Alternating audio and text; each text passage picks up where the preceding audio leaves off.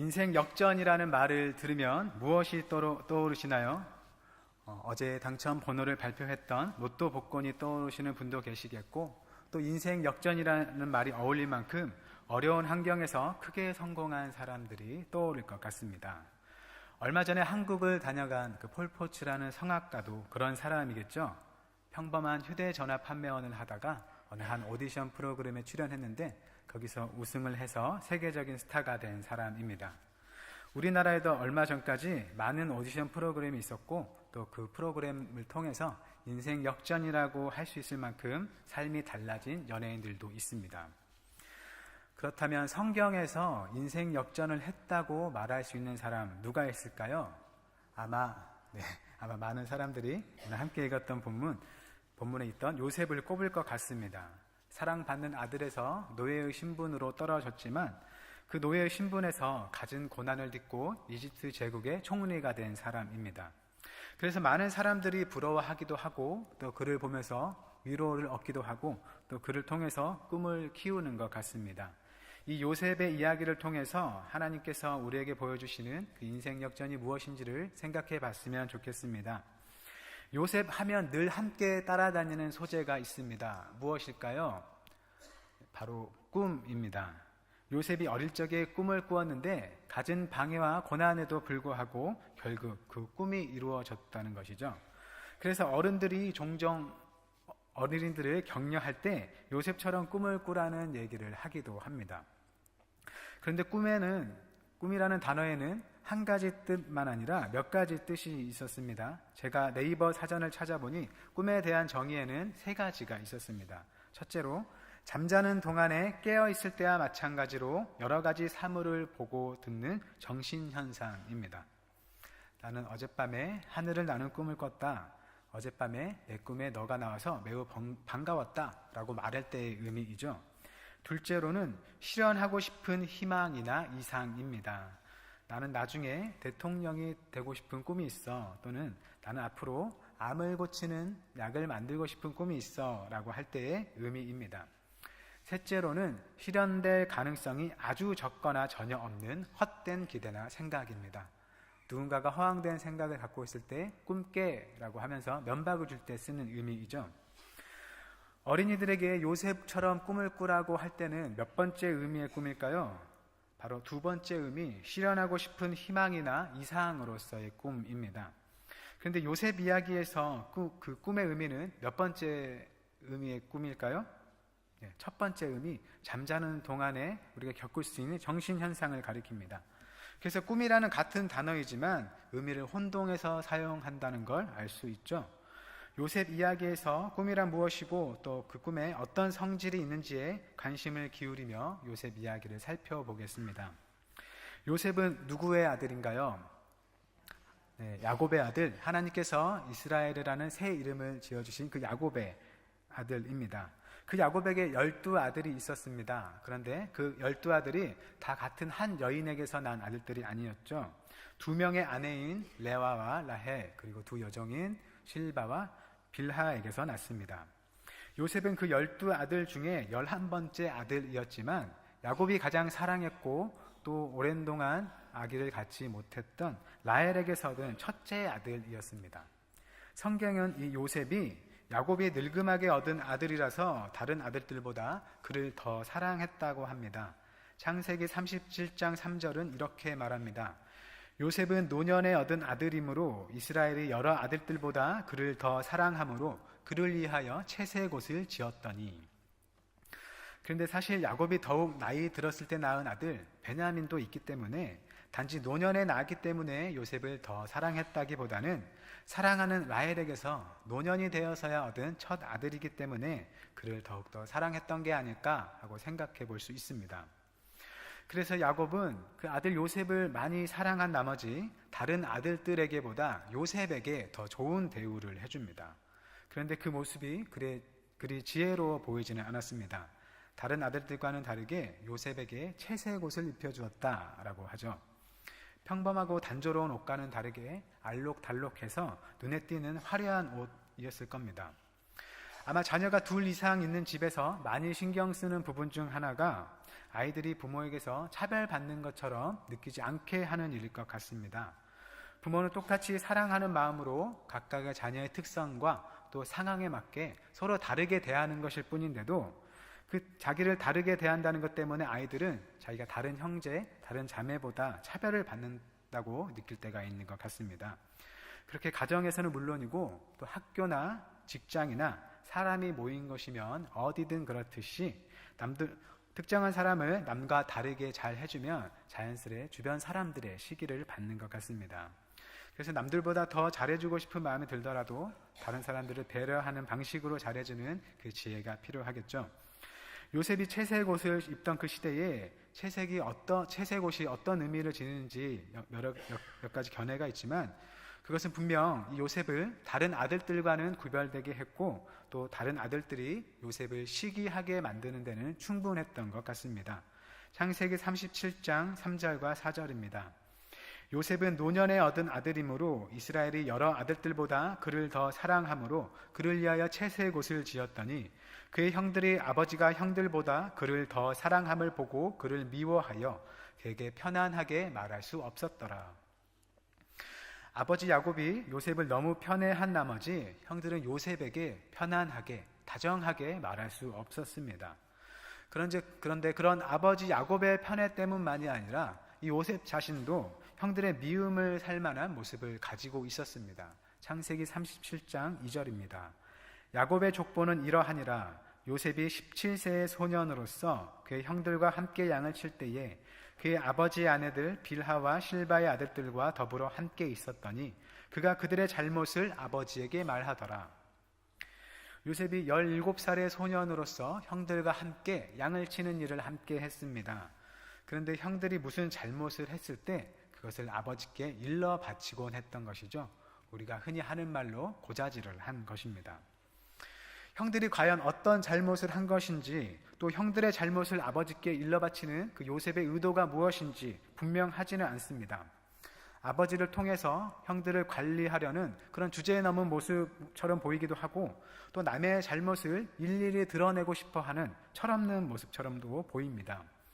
어쨌거나 형들의 입장에서는 굉장히 얄미운 모습인데다가 아버지가 그런 요셉을 더 예뻐해 주시기까지 하니 요셉을 향한 미움이 상당했을 것 같습니다. 이러한 분위기에서 요셉은 이런 상황을 더 악화시키는 일을 합니다. 바로 자기가 꾸었던 심상치 않은 그 내용의 꿈을 형들에게 그대로 전달한 것이죠. 창세기 37장 5절부터 7절까지 말씀입니다. 요셉이 꿈을 꾸고 자기 형들에게 말하매 그들이 그를 더욱 미워하였더라. 요셉이 그들에게 이르되 청하건대 내가 꾼 꿈을 들으시오. 우리가 밭에서 곡식단을 묻더니 내 단은 일어서고 당신들의 단은 내 단을 둘러서서 절하더이다. 꿈에서 요셉과 형들이 밭에서 일을 하다가 각각 자기의 곡식단을 묶었습니다. 그런데 요셉이 묶은 곡식단은 일어섰는데 형들이 묶은 곡식단들은 그 요셉이 묶은 단을 둘러서더니 그 단을 향해 절을 한 것이죠. 물론 꿈속에서 형들이 한 행동은 아니었고 곡식단들이 한 행동이었지만 그건 그대로 그 곡식단들을 묶은 사람들을 나타내주는 것이었습니다. 즉 형들이 요셉을 향해 엎드려 절할 것이라는 내용이죠. 이런 요셉의 꿈 이야기를 들은 형들의 기분이 어땠을까요? 8절입니다. 그의 형들이 그에게 이르되 내가 참으로 우리의 왕이 되겠느냐 참으로 우리를 다스리게 되겠느냐 하고 그의 꿈과 그의 말로 말미암아 그를 더욱 미워하더니 형들은 꿈 이야기를 듣고 요셉을 더욱 미워하게 됐습니다. 꿈에서 형들이 요셉을 향해 절을 한다는 것은 곧 동생 요셉이 형들 위에 서서 그들을 다스린다는 의미였습니다. 그렇기 때문에 형들로서는 화가 날 수밖에 없었겠죠. 이 요셉의 마음에 형들에 대한 어떤 악의가 있었는지 모르겠지만 형들의 기분을 고려하지 않는 그런 조심성 없는 모습이었습니다.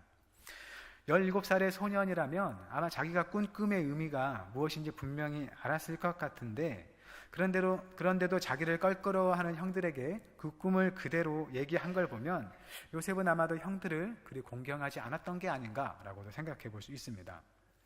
그러니 요셉의 꿈 이야기를 들은 형들이 요셉을 이전보다 더욱 미워하게 된 건 당연한 결과로 보입니다. 꿈 내용도 마음에 들지 않았겠지만 그 내용을 스스럼 없이 자기들에게 얘기하는 것도 마음에 들지 않았겠죠. 여기서 요셉 이야기에서 꿈이 어떤 성질을 가지는지 한 면을 볼 수 있습니다. 꿈은 사전에서 의미하는 것처럼 사람이 잘 때 생겨나는 정신현상인 것은 맞는데 그것으로 그치지 않고 앞일을 미리 보여주는 도구로서 당시에 사람들이 받아들였다는 것이죠. 그래서 요셉의 형들은 요셉의 꿈 이야기를 듣고 마냥 화만 낸 것이 아니었습니다. 이렇게 얘기합니다. 너가 정말로 너의 꿈처럼 나중에 우리의 왕이 되어서 우리를 다스릴 것 같으냐? 그들의 미래가 그 꿈처럼 되지 않을 것이라고 강하게 반문함으로써 꿈이 앞으로의 일을 나타낼 수도 있다는 것을 오히려 보여주고 있습니다. 이런 모습은 그때로부터 수천 년이 지나 과학시대라고 부르는 이 시대를 살아가는 우리에게도 있습니다. 누군가 잘 되는 꿈을 꾸거나 또는 잘못되는 꿈을 꾸면 그 사람에 대해서 기대를 하거나 또는 걱정을 하게 되죠. 요즘도 그러는데 요셉이 살던 때에는 더했으면 더했지 덜하지는 않았을 것 같습니다. 그런데 요셉이 꾼 꿈은 한 번으로 그치지 않았습니다. 요셉은 비슷한 꿈을 한 번 더 꾸게 됩니다. 그리고 원래 형들에게 미움을 받았었고 또 꿈 이야기를 해서 더 미움을 받았는데 또다시 자기가 꾼 꿈을 형들에게 얘기합니다. 이번에는 형들은 물론이고 아버지와 어머니까지 포함해서 꿈을 꾸었습니다. 창세기 37장 9절부터 11절입니다. 요셉이 다시 꿈을 꾸고 그의 형들에게 말하여 이르되 내가 또 꿈을 꾼즉 해와 달과 11별이 내게 절하더이다 하니라. 그가 그의 꿈을 아버지와 형들에게 말하매 아버지가 그를 꾸짖고 그에게 이르되 내가 꾼 꿈이 무엇이냐? 나와 내 어머니와 내 형들이 참으로 가서 땅에 엎드려 내게 절하겠느냐? 그의 형들은 시기하되 그의 아버지는 그 말을 간직해 두었더라. 이번에는 아버지 야곱에게도 자기가 꾼 꿈 이야기를 합니다. 해와 달과 11별이 요셉에게 절을 했다는 것이죠. 해는 아버지 야곱을 가리키고 달은 어머니를, 11별은 요셉의 11명의 형제를 가리킵니다. 그들이 모두 요셉을 향해 절을 했다는 것이죠. 이 이야기를 들은 가족들의 기분이 어땠을까요? 비슷한 이야기를 또 한 번 듣게 된 형들의 기분은 또 매우 나빠졌을 겁니다. 그런데 아버지 야곱도 불쾌한 듯한 반응을 보이죠. 요셉을 꾸짖으면서 이렇게 얘기합니다. 너가 꾼 꿈이 대체 무슨 꿈이냐? 나와 너의 어머니 또 너의 형들이 정말로 너에게 가서 땅에 엎드리고 너에게 절을 할 것이라는 말이냐? 라고 얘기합니다. 하지만 아버지 야곱은 그저 요셉을 시기하기만 하는 그 형들과는 다르게 그 말을 마음에 간직해 두었다라고 성경은 얘기합니다. 어느 날 요셉의 형들이 세겜에 가서 양을 치고 있었습니다. 야곱은 요셉을 시켜서 형들이 잘 있는지 그리고 형들이 치고 있는 양떼들이 잘 있는지도 보고 오도록 심부름을 보냅니다. 이제 이때 요셉에게 큰 일이 일어납니다. 창세기 37장 18절부터 20절 말씀입니다. 요셉이 그들에게 가까이 오기 전에 그들이 요셉을 멀리서 보고 죽이기를 꾀하여 서로 이르되 꿈꾸는 자가 오는도다. 자, 그를 죽여 한 구덩이에 던지고 우리가 말하기를 악한 짐승이 그를 잡아먹었다 하자. 그의 꿈이 어떻게 되는지를 우리가 볼 것이니라 하는지라. 요셉의 형들이 멀리서 요셉이 자기들을 찾아오는 것을 보고 그를 죽일 생각을 합니다. 그리고 서로 말을 하죠. 꿈꾸는 자가 오는도다. 요셉이 전에 자기들에게 들려줬던 그 꿈에 대해서 비웃고 비아냥거리는 말을 합니다. 그러면서 또 의미심장한 말을 하나 합니다. 그의 꿈이 어떻게 되는지를 우리가 볼 것이니라. 이들은 요셉을 죽여서 구덩이에 버리려고 계획합니다. 그리고 그의 꿈이 어떻게 되는지를 우리가 서로 볼 것이다 라고 서로 얘기를 합니다. 이 형들은 요셉을 죽여서 요셉의 꿈이 이루어질 가능성을 아예 없애버릴 작정인 거죠. 장차 요셉이 그들을 다스릴 것이라는 그 꿈이 사실은 아무 의미 없는 꿈이었다라는 걸 함께 확인하자는 겁니다. 그런데 이 말은 동시에 이 요셉 이야기를 보고 듣는 우리 같은 사람들이 이 요셉의 꿈이 과연 어떻게 될지를 기대하게 만드는 것 같습니다.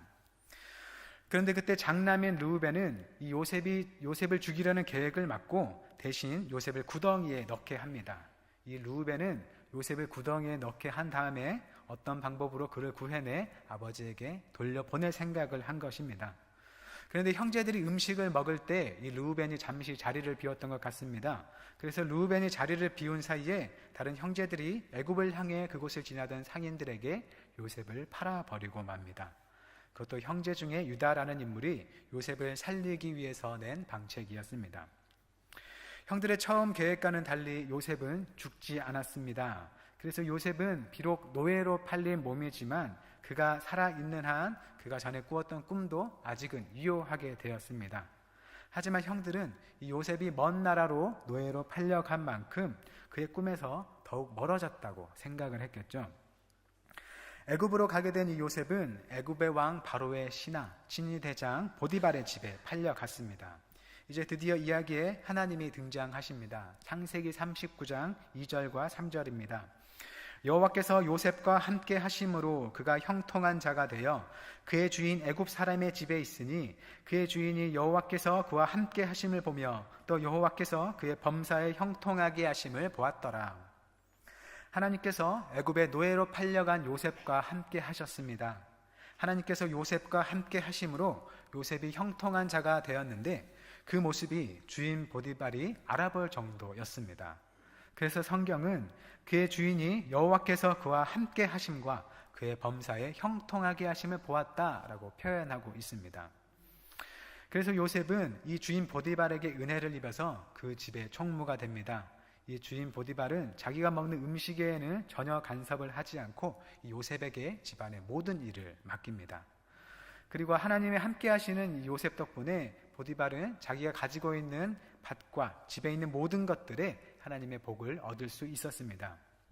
그러나 안타깝게도 요셉의 이러한 평화로운 날들이 계속되지는 않았습니다. 요셉이 얼굴이 매우 빼어난 나머지 주인 보디발의 아내가 요셉을 마음에 품게 됩니다. 그리고 요셉에게 계속해서 잠자리를 요청하죠. 하지만 요셉은 그것을 단호하게 거절할 뿐만 아니라 후에는 아예 그녀와 한 자리에 함께 있지도 않는 방법으로 대처를 하게 됩니다. 그런데 어느 날 마침 집안에 아무도 없고 요셉과 보디발의 아내만 그 집에 남았을 때 또 보디발의 아내가 요셉에게 잠자리를 요청합니다. 하지만 이번에도 요셉은 그녀를 거절합니다. 그런데 하필 자신의 옷을 그 자리에 버려두고 도망을 한 것이죠. 그래서 보디발의 아내는 이 요셉이 버리고 간 옷을 가지고 꾀를 내어서 요셉이 자기를 욕보이를 하다가 실패해서 옷을 버려두고 간 것이라며 요셉을 범죄자로 내몹니다. 그래서 나중에 그 얘기를 들은 주인 보디발은 화를 내며 이 요셉을 왕의 죄수를 가두는 옥에 가두게 됩니다. 그래서 요셉은 억울하게 누명을 쓰고 옥살이를 하게 됩니다. 하지만 요셉이 옥에 갇힌 상황에서도 하나님께서는 요셉과 함께 하셨습니다. 옥을 관리하는 간수장에게 은혜를 입게 하셔서 요셉은 옥에서 해야 할 여러 사물을 맡아서 일을 합니다. 주인 보디발이 예전에 요셉에게 자기 가정을 맡기고 아무 간섭을 하지 않았던 것처럼 이 간수장도 요셉에게 일을 맡겨놓고는 다시 살펴보지 않았다고 합니다. 요셉과 함께 하시는 하나님께서 그 요셉이 하는 모든 일이 형통하게 해주셨기 때문입니다. 그 후 어느 때에 애굽 왕의 술을 맡은 관리와 또 떡을 맡은 관리가 애굽 왕에게 잘못을 저질러서 요셉이 갇힌 옥에 함께 갇히게 됩니다. 그리고 간수장은 요셉에게 그 두 관리의 시중을 들게 했습니다. 이제 다시 꿈 이야기가 나옵니다. 어느 날 아침 요셉이 두 관리의 얼굴을 보니 근심이 가득했습니다. 그래서 그 근심이 가득한 이유를 물어보니 두 관리 모두 전날 밤에 도무지 알 수 없는 꿈을 꾸었다는 겁니다. 창세기 40장 8절입니다. 그들이 그에게 이르되 우리가 꿈을 꾸었으나 이를 해석할 자가 없도다. 요셉이 그들에게 이르되 해석은 하나님께 있지 아니하니까 청하건대 내게 이르소서. 예사롭지 않은 꿈을 꾼 두 관리는 요셉에게 꿈 때문에 답답한 자기들의 심정을 얘기합니다. 그리고 요셉은 꿈의 해석은 하나님께 있다고 대답을 해주면서 그들의 꿈 이야기를 듣고 하나님의 해석을 들려줍니다. 그랬더니 정말로 요셉이 그들의 꿈을 해석한 대로 일이 진행되었습니다. 술을 맡은 관리는 원래 자리를 회복하고 떡을 맡은 관리는 사형을 당했습니다. 요셉은 전에 이 술 맡은 관리의 꿈을 해석해 줄 때 그 관리가 만약 정말로 꿈의 내용대로 자기 자리를 다시 찾게 되면 요셉의 억울한 상황을 애굽 왕에게 말씀드려서 자기를 이 옥에서 나갈 수 있게 해달라라고 부탁을 했었습니다. 하지만 이 관리는 자기 자리를 되찾고는 그만 요셉을 잊고 말았습니다. 그래서 요셉은 그냥 계속 옥에 남을 수밖에 없었던 것이죠. 여기서 요셉 이야기에서의 꿈의 성질을 한 가지 또 볼 수 있습니다. 꿈은 그 해석이 하나님께 달려 있는 만큼 하나님과 무관하지 않다는 겁니다. 그래서 요셉이 꾸었던 꿈도 요셉의 자의적인 심정을 나타내는 꿈이 아니라 앞으로 될 일을 보여주는 것이고 또 하나님과 무관하지 않은 꿈이었다라는 걸 생각해 볼 수 있습니다. 이제 왕의 관리들이 옥을 떠나고 요셉은 그대로 옥에 남아 만 2년의 세월을 보냅니다. 그때 애굽의 왕 바로가 두 번의 꿈을 겹쳐서 꾸게 됩니다. 그런데 그 꿈이 너무 흉측했기 때문에 바로는 근심에 쌓입니다.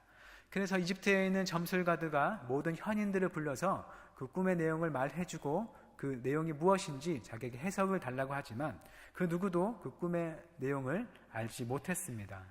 그런데 마침 2년 전에 요셉을 통해서 자기 꿈의 해석을 듣고 그 꿈대로 일을 겪은 그 술 맡은 관리가 애굽왕 바로에게 요셉을 소개해 줍니다. 그래서 요셉은 옥에서 나와 바로를 만나고 바로의 꿈을 해석해 주었습니다. 요셉은 꿈을 해석하기 전에 이렇게 말했습니다. 창세기 41장 25절 말씀입니다. 요셉이 바로에게 아뢰되 바로의 꿈은 하나라. 하나님이 그가 하실 일을 바로에게 보이심이니이다. 꿈은 하나님이 하실 일을 보여주는 것이라고 합니다. 그래서 요셉의 꿈이 이루어지는 것도 하나님이 하시겠구나라는 걸 생각할 수 있죠. 또 창세기 41장 32절에 요셉의 말입니다. 바로께서 꿈을 2번 겹쳐 꾸신 것은 하나님이 이 일을 정하셨음이라. 하나님이 속히 행하시리니. 바로가 꿈을 2번 겹쳐 꾼 것은 하나님이 그 일을 꼭 하시기로 정하셨다는 겁니다. 또 그것을 속히 행하실 것이라고 하죠. 요셉도 2번에 걸쳐 꿈을 꾸었습니다. 그래서 하나님께서 요셉의 꿈도 꼭 이루실 것이고 속히 이루실 것이다 라는 걸 생각해 볼 수 있습니다.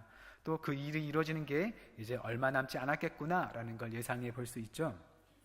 하나님이 바로에게 주신 꿈은 이렇습니다. 애굽 땅에 7해 동안 큰 풍년이 있고 뒤이어 7해 동안 큰 흉년이 있을 것이라는 경고였습니다. 요셉은 바로가 꾼 꿈에 대한 그런 하나님의 해석을 알려준과 동시에 그에 대해 어떻게 해야 하는지 대처 방안도 알려주었습니다. 그랬더니 요셉 이야기를 들은 바로와 그의 신하들 모두가 요셉의 대답에 매우 흡족해 했습니다. 그래서 바로는 그 자리에서 요셉을 애굽의 모든 일을 다스릴 총리로 세워주었습니다. 바로의 꿈은 그대로 이루어져서 애굽에는 7해의 풍년과 7해의 흉년이 찾아왔습니다. 하지만 애굽은 요셉의 지침대로 흉년에 대비한 준비를 잘 했기 때문에 식량이 부족하지 않았습니다. 그러나 애굽 주변과 또 가나안 땅의 사람들은 긴 흉년에 미리 대비를 못한 나머지 목숨을 부지하기 위해 애굽 땅에 양식을 구하러 왔습니다. 그 중에는 요셉의 가족, 즉 요셉의 형제들도 있었습니다. 아버지 야곱은 그 요셉의 형제들을 애굽에 보내면서 이렇게 말을 합니다. 창세기 42장 2절입니다. 야곱이 또 이르되 내가 들은즉 저 애굽에 곡식이 있다 하니 너희는 그리로 가서 거기서 우리를 위하여 사오라. 그러면 우리가 살고 죽지 아니하리라 하매. 그렇게 아버지의 말을 따라 요셉의 형제들은 살고 죽지 않기 위해 양식을 구하러 애굽에 찾아갑니다. 그리고 자기들의 절을 받는 사람이 요셉인지도 모른 채 요셉에게 절을 하죠. 요셉이 20년도 전에 꾼 꿈이 정말로 이루어진 것입니다. 요셉의 형들은 이 요셉의 꿈이 이루어지지 않도록 요셉을 노예로 팔고 또 요셉은 억울하게 누명을 써서 죄인으로 옥에 갇히기도 하는 등 도무지 자기 형들의 절을 받을 일과는 계속해서 멀어지는 것 같았습니다. 하지만 그 모든 일에도 불구하고 수십 년이 지난 후에 결국 그 옛날 꿈에서 봤던 모습이 그대로 이루어졌습니다. 이 시간 본문은 그렇게 다시 만나게 된 요셉의 형제들이 애굽에 이주해 와서 요셉을 의지하며 살던 중에 아버지 야곱이 죽고 나자 혹시라도 요셉이 예전 일로 자기들에게 복수를 할까봐 형들이 두려워하는 장면입니다. 형들은 동생 요셉에게 이렇게 얘기를 하죠. 당신 아버지의 하나님의 종들인 우리 죄를 용서하소서. 또 우리는 당신의 종들이니이다 라고 얘기하면서 자기들을 낮추며 요셉의 용서를 구합니다. 이에 대해 요셉은 자기를 죽이려 했고 또 노예로 팔았던 형들에게 무엇이라고 대답하나요? 이 시간 본문의 19절 20절입니다. 요셉이 그들에게 이르되 두려워하지 마소서, 내가 하나님을 대신하리이까. 당신들은 나를 해하려 하였으나 하나님은 그것을 선으로 바꾸사 오늘과 같이 많은 백성의 생명을 구원하게 하시려 하셨나니. 아멘. 요셉은 형들에게 두려워하지 말라고 말하며 그들을 안심시킵니다. 그리고 이제까지 자기가 겪은 과거의 모든 일들을 하나님 안에서 돌아보며 얘기합니다. 비록 형들은 나를 해치려고 했지만 하나님께서는 그것조차도 선한 일로 바꾸셔서 오늘 우리가 보는 것처럼 수많은 사람들의 생명을 살리셨습니다. 형들의 사죄에 대한 요셉의 대답인과 동시에 하나님을 향한 요셉의 신앙 고백이기도 합니다. 요셉은 그가 어떤 악하고 힘든 일을 겪더라도 그와 함께 하시는 하나님께서 그 일들을 이겨내게 하시는 것을 경험했습니다. 또 하나님께서 그를 위해 형통하게 해주셨다고 생각했던 일들이 이제는 요셉뿐만 아니라 그의 가족들, 또 그의 가족들을 넘어 많은 사람들의 생명을 구원하려 했기 때문이라는 것을 깨달았습니다. 그가 겪었던 많은 일들 속에서 단지 요셉 개인만이 아니라 그 시대를 구원하기 위해 강한 힘으로 함께 하시며 요셉의 삶을 이끄신 그 하나님이시라는 것을 알게 되었고, 그래서 그 하나님께 영광을 돌린 것입니다. 요셉의 이 고백과 함께 요셉이 꾼 꿈에 대해 다시 생각해 봅니다. 요셉이 꾼 꿈은 요셉이 마음에 품고 앞으로 되고자 했던 장래 희망이 아니었고 그저 그에게 주어진 대로 꾸었을 뿐인 꿈이었습니다. 이야기를 마지막까지 본 후 그 꿈에 대해 다시 돌아보면 그 꿈은 요셉의 꿈이라기보다는 하나님께서 요셉을 통해 이루고자 하시는 하나님의 꿈이었습니다. 요셉이 2번에 걸쳐 꾼 그 꿈은 하나님이 반드시 이루실 꿈이었고 때가 되면 속히 이루실 꿈이었습니다. 그래서 요셉이 꾼 꿈은 형제들의 음모와 방해, 또 보디발의 아내의 해코지 등 여러 장애물에도 불구하고 결국 이루어졌습니다. 하나님은 어떤 방해와 저항에도 매이지 않는 분이시고 하나님께서 하고자 하시면 그 무엇도 그분의 뜻을 막을 수 없다는 것을 우리에게 보여주셨습니다. 요셉의 꿈은 그 일 자체가 목표가 아니라 하나님께서 그 시대를 구원하기 위한 계획의 일부였습니다. 본문에서 요셉은 형들에게 그 구원의 하나님을 얘기합니다. 하나님께서 형들이 자기를 해하려 했던 일을 선으로 바꿔주셨다는 것은 노예였던 요셉을 높은 총리로 만들어서 형들에게 절을 받게 해주셨다는 게 아니라 기근 때문에 죽게 될 이스라엘 가족들을 살리고 그들뿐만 아니라 많은 생명을 살리셨다는 것이었습니다. 사람의 생명을 해치려는 의도에서 시작된 그 일을 구원과 능력의 하나님께서 바꾸셔서 생명을 잃게 될 사람들을 살리는 선한 일이 되게 하셨다는 것이죠. 어릴 적 형의 잘못들을 들추던 철없던 요셉이 이제는 형들의 잘못을 하나님의 뜻 안에서 품어주고 용서하게 되었습니다. 자신의 사사로운 감정보다 하나님의 뜻을 우선하며 그 뜻에 순복하는 모습을 우리에게 보여주었습니다. 하나님을 믿는 우리가 하나님 안에서 바라야 할 그런 인생 역전은 무엇일까요? 우리의 인생 역전은 가진 것 없이 살다가 하나님 덕분에 갑자기 풍요롭고 힘있는 삶으로 바뀌는 게 아니라 하나님 안에서 우리가 당하는 고난과 역경, 슬픔을 인내하면서 하나님이 그것들 안에 이루시는 선한 것들을 발견하고 경험하는 삶이겠습니다. 요셉의 꿈이 그대로 이루어져서 총리가 되는 것을 보고 부러워하며 그것과 같은 것을 구하는 게 아니라 또 그렇게 돼보라고 우리 자녀들을 압박하는 게 아니라 그 꿈이 가진 목적, 즉 생명을 살리는 일에 관심을 가지고 하나님과 동행하며 그 구원을 경험하고 참여해서 그것으로 하나님께 감사하는 삶입니다. 어떤 하루하루를 살아가고 계십니까? 어떤 괴로움, 어떤 어려움 속에 괴로워하고 계십니까? 우리가 하나님 안에 머물 때 하나님께서는 요셉에게 행하셨던 것처럼 그것을 생명의 선한 일로 바꾸어 주실 겁니다. 어떤 방해에도 불구하고 요셉의 꿈을 반드시 이뤄주신 것처럼 하나님께서는 우리를 향해서도 선한 꿈을 갖고 계시며 그 일을 반드시 이루실 것입니다. 비록 우리 삶이 어렵고 힘들고 또 고달픈 일투성일지라도 하나님 안에서 소망을 가지시길 바랍니다. 우리를 힘들게 하는 모든 일을 바꿔서 우리에게 구원을 베푸시는 그 하나님의 선하심을 풍성히 경험하는 우리 모든 한영교회 성도님들이 되시기를 바랍니다. 로마서 8장 28절 말씀으로 설교를 마치겠습니다. 우리가 알거니와 하나님을 사랑하는 자 곧 그의 뜻대로 부르심을 입은 자들에게는 모든 것이 합력하여 선을 이루느니라. 아멘. 기도하겠습니다. 사랑의 하나님, 우리가 오늘 하루를 사는 것도 주님의 은혜임을 믿습니다. 우리의 모든 삶을 아시는 주님께서 우리가 겪는 모든 일들을 주님의 선하심으로 바꾸시어 주님의 구원을 경험하게 하옵소서. 요셉에게 주신 꿈을 끝까지 이루시고 많은 생명을 살리신 주님께서 우리와도 함께 하시며 우리를 향한 주님의 뜻을 이루시길 구합니다. 어떤 어려움 속에서도 하나님의 사랑과 능력을 의지하며 하나님의 선하심 속에 살아가는 주님의 백성들이 되게 하옵소서. 예수님의 이름으로 기도드립니다. 아멘.